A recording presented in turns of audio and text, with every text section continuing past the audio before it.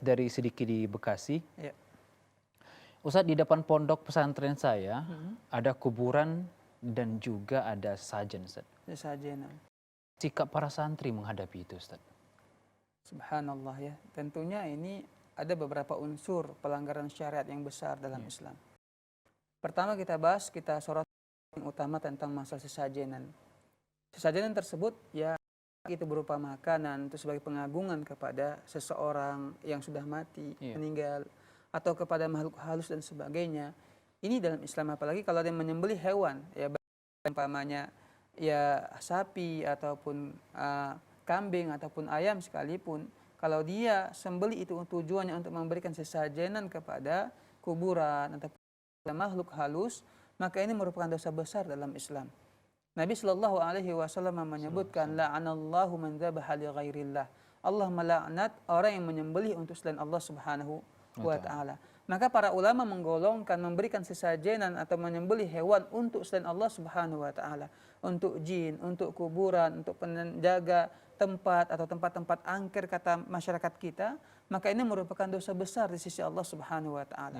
Kita tahu ya dalam Islam dosa yang paling besar ialah dosa syirik. Nabi pernah ditanya oleh salah seorang sahabat Nabi, ya Rasulullah, ayu dzambi a'zamu indallah. Dosa apa yang paling besar ya Rasulullah?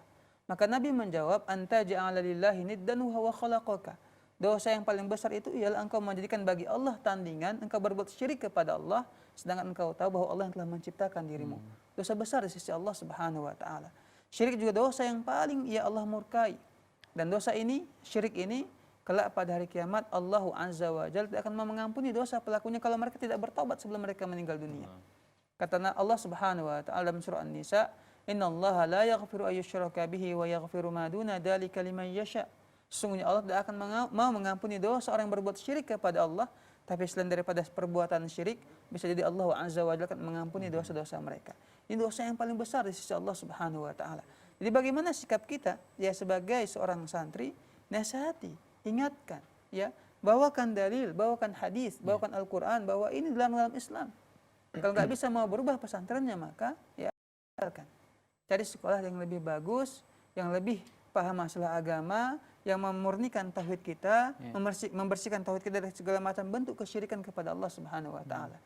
Kita tahu dalam sebuah hadis Nabi Shallallahu Alaihi Wasallam pernah ya dikatakan oleh Jibril kepada beliau, Jibril alaihissalam mengatakan kepada Nabi Muhammad, ya Muhammad, innahu man mata min ummatika la yusyriku billahi syai'an dakhalal jannah. Wahai Muhammad, siapa saja di antara umatmu yang meninggal dunia tanpa berbuat syirik kepada Allah, pasti masuk ke dalam surga. Ini keutamaannya. Jadi seorang muslim ketika dia meninggal dunia, wajib tauhid dan akidahnya bersih dari segala macam bentuk kesyirikan kepada Allah. Wajib seperti itu. Ya. Jadi tinggalkan pesantren yang masih berbuat syirik kepada Allah Subhanahu wa Ta'ala. Nah, kemudian bagaimana kalau seandainya karena ada dua pertanyaan tadi ya. Yang pertama pertanyaan tentang masalah sholat menghadap kuburan. Nah, dalam sebuah hadis Nabi Shallallahu Alaihi Wasallam pernah mengatakan, la tusallu ilal kubur. Janganlah kalian sholat menghadap ke kuburan. Pas ini kiblat kita, ini kita sholat, depan kita ada kuburan. Diharamkan oleh Nabi Shallallahu Alaihi Wasallam sholat menghadap ke arah kuburan. Ya, kecuali memang ini umpamanya pemakaman umum dibatasi oleh jalan besar atau jalannya kaum muslimin. Kemudian di sini rumah kita atau di sini masjid kita. Maka di sini tidak masalah kata para ulama kita. Yang dilarang ialah masih di lingkungan masjid, kemudian di masjid tersebut langsung ada kuburan. Maka ini haram dan para ulama menjelaskan maka sholatnya tidak sah. Batal sholatnya ya, dikarenakan orang tersebut dia sholat menghadap kuburan. Nah, bagaimana kalau kuburannya di masjid kita atau tempat kita sholat? Nah, ini juga sebagai mengatakan bahwa hukumnya makruh, sebagian lagi mengatakan hukumnya tidak sah kalau kita sholat di masjid ada ya kuburan ya sekitarnya yang tidak ada dibatasi oleh jalan maupun pagar dan sebagainya. Maka hindari sholat di masjid tersebut. Nah, tapi sebagian lagi mengatakan bahwa hukumnya makruh.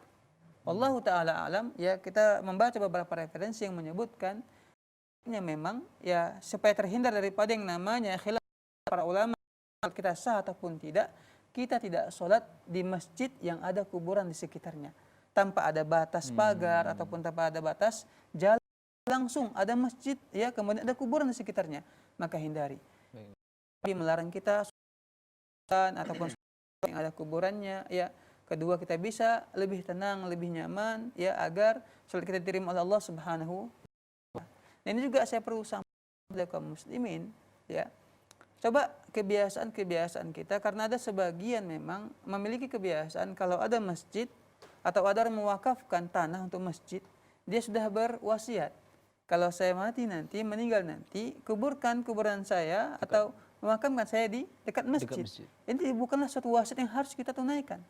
Karena wasiat tersebut bertentangan dengan hadis Nabi Shallallahu Alaihi Wasallam, bisa menjadi sumber ataupun wasilah kepada perbuatan syirik.